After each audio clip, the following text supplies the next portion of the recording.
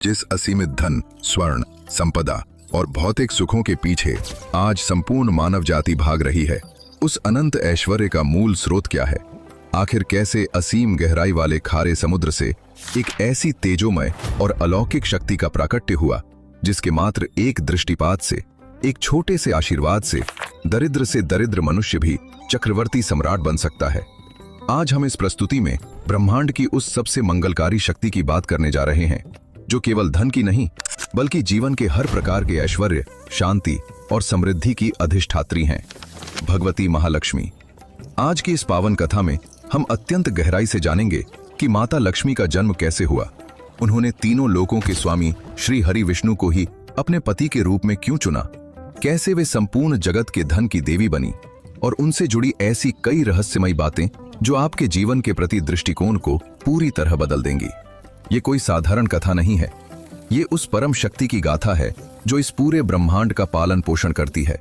इसलिए अपनी आंखें और अपना हृदय पूरी तरह से खोल लीजिए, क्योंकि आज हम स्वर्ण, वैभव और परम ज्ञान की उस यात्रा पर चलने वाले हैं जो आपको मंत्रमुग्ध कर देगी।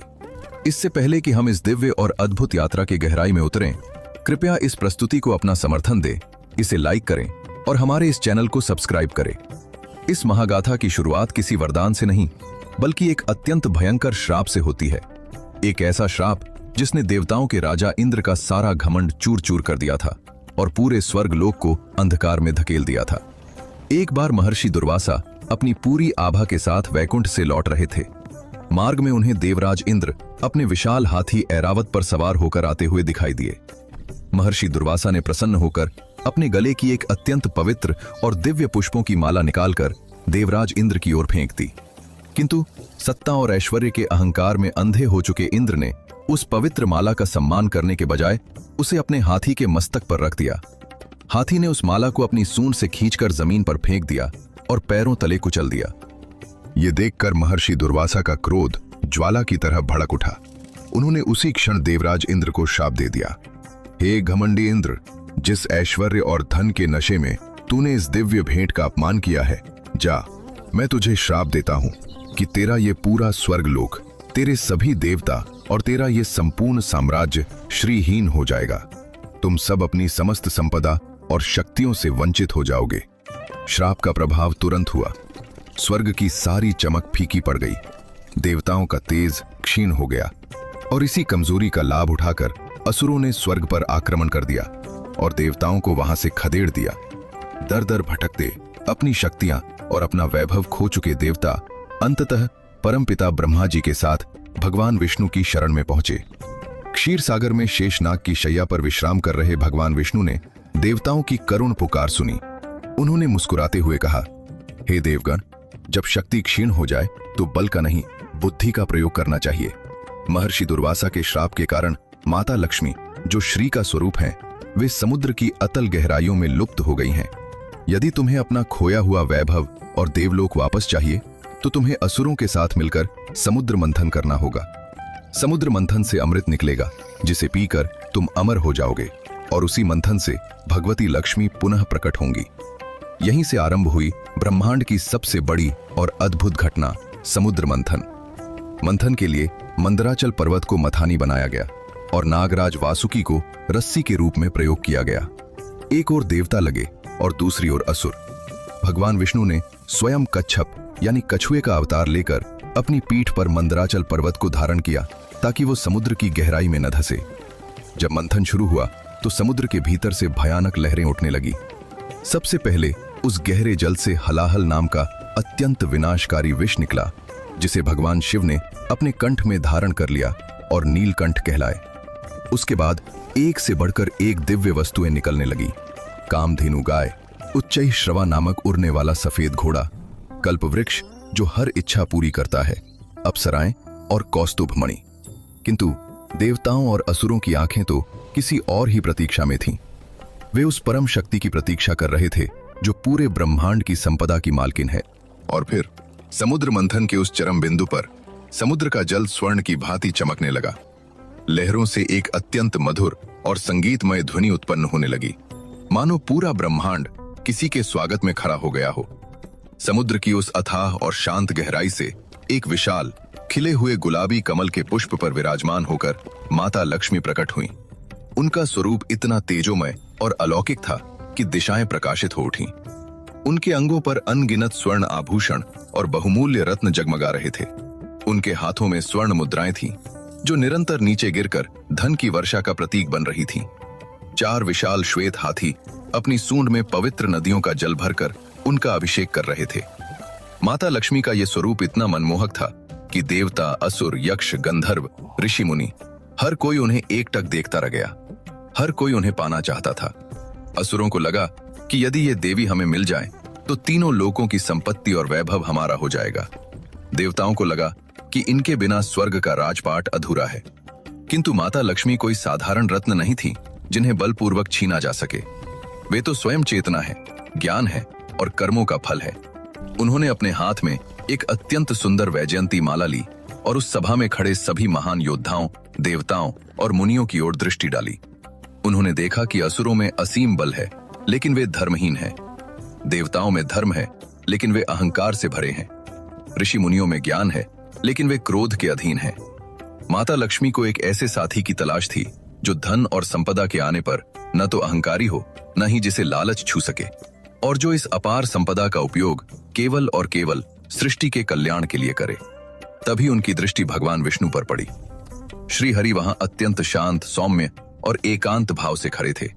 उन्हें माता लक्ष्मी को पाने की कोई व्याकुलता नहीं थी। उनके मुख पर वही शाश्वत मुस्कान थी। माता लक्ष्मी समझ गईं कि जो व्यक्ति धन के पीछे नहीं भागता, धन के प्रति जिसके मन में कोई मोह या आसक्ति नहीं है, केवल वही इस अपार संपदा को संभालने का अधिकारी है। केवल धर्म और पालन की शक्ति ही ऐश्वर्य को सही दिशा दे सकती है। ये विचार कर माता लक्ष्मी धीरे धीरे भगवान विष्णु के समीप गईं और वह दिव्य माला उनके गले में पहना दी। इस प्रकार संपूर्ण ब्रह्मांड की धन, वैभव और संपदा की देवी महालक्ष्मी सृष्टि के पालनहार श्री हरि विष्णु की वामांगी बनी। और यही कारण है कि जहां जहां भगवान विष्णु यानी धर्म और सत्य का वास होता है, वहां वहां माता लक्ष्मी यानी संपदा और वैभव स्वतः ही खींचे चले आते हैं। अब यहाँ एक बहुत बड़ा और गहरा प्रश्न उठता है कि माता लक्ष्मी को केवल पैसे या स्वर्ण की देवी क्यों माना जाता है।